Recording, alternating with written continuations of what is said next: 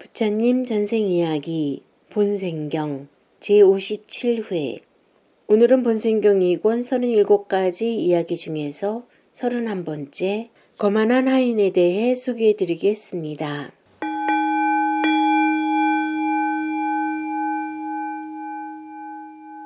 이 전생 이야기는 부처님께서 기원정사에 계실 때 장로 사리불의 제자와 관련해서 말씀하신 것이다. 그 비구는 온순한 성품으로 언제나 상냥하고 은근한 말을 하였으며 장로를 정성을 다하여 받들었다.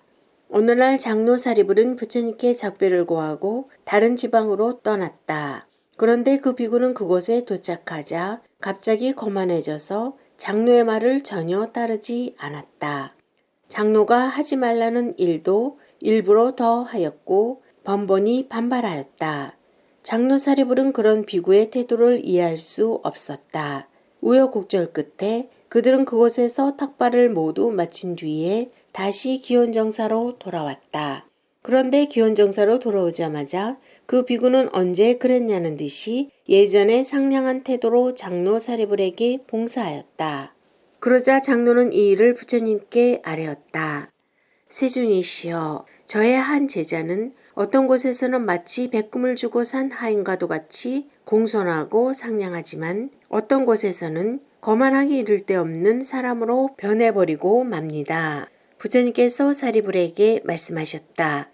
사리불이여, 그 비구가 그 같은 태도를 보인 것은 지금의 일뿐만이 아니다. 그는 과거에도 지금과 똑같은 행동을 하였던 것이다. 사리불이 부처님께 그 전생 이야기를 들려주십사 간청하자 부처님께서 말씀하셨다. 옛날 바라나시의 브라우마다타 왕이 왕국을 다스리고 있었을 때의 일이다. 어느 대부호가 매우 나이 어린 아내와의 사이에 아들을 두었다. 하지만 그 부호는 이미 나이가 들었기에 고민에 잠겼다. 이 여자는 아직 젊지 젊다. 내가 죽은 후에 필시 다른 남자를 데리고 와서 재산을 독차지해 버릴 것이 틀림없다. 그리고 내 아들에게는 주지 않을 것이다. 그렇다면 이 재산을 땅속에 묻어야겠다. 그런 집에 있는 난다라고 하는 하인을 데리고 숲속의 어느 장소에 가서 그 재산을 다 파묻었다. 그리고 하인에게 설명하였다. 난다여, 모쪼록 이 숲을 남에게 이야기하지 말고 내가 죽은 뒤에 이 재산에 관한 일을 내 아들에게 알려주기 바란다. 이렇게 하인에게 잘 이룬 후에 얼마 지나지 않아 그는 숨을 거두었다. 세월이 흘러 그의 아들은 차츰 자라나 성인이 되었다. 그러자 어머니는 아들에게 말하였다. 너의 아버지는 하인 난다를 데리고 어딘가에 재산을 묻어버렸다. 그것을 하인에게서 돌려받아 집안을 다시 일으키거라. 그는 어느 날 난다에게 말했다. 할아범, 내 아버지가 재산을 묻어둔 것이 있소? 있습니다, 나리. 그렇다면 가지러 갑시다. 그들은 연장을 들고 재산이 묻혀있는 곳으로 출발했다. 그리고 아들은 말했다. 할아범, 재산은 어디에 있소? 그런데 난다는 숨겨둔 재산 바로 위에 올라서자 거만한 마음이 일어났다. 야, 이 하녀의 자식아, 버릇없는 녀석아, 이런 곳에 어찌 네 재산이 있겠냐? 하인은 이렇게 지체 높은 집안의 아들에게 욕을 퍼부었다. 그러자 그 아들은 하인의 난폭한 말을 들어도 듣지 못한 것처럼 그냥 그를 데리고 집으로 돌아왔다. 그리고 또 2, 3일이 지나자 다시 찾아 나섰다. 그렇지만 난다는 앞서와 똑같이 난폭한 욕설을 마구 퍼부는 것이었다. 그 아들은 그와 욕설을 주고받는 일 없이 집으로 돌아왔다.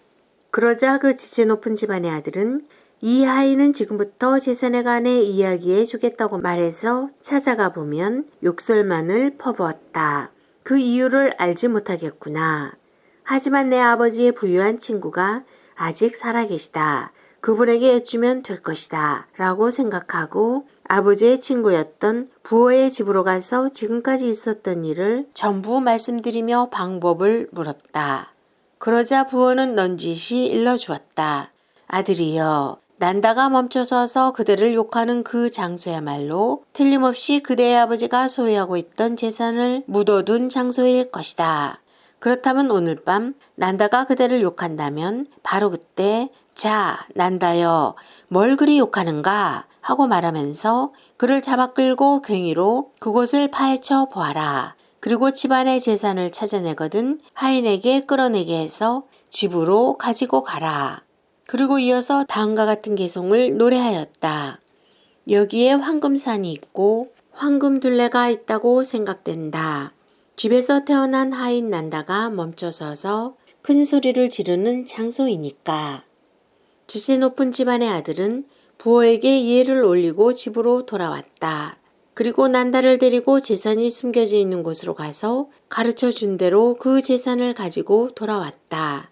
그리하여 집안을 다시 일으킨 후 부호의 가르침대로 보시 등의 덕행을 하다 목숨이 마칠 때에는 업보의 이치에 따라 이 세상을 떠났던 것이다.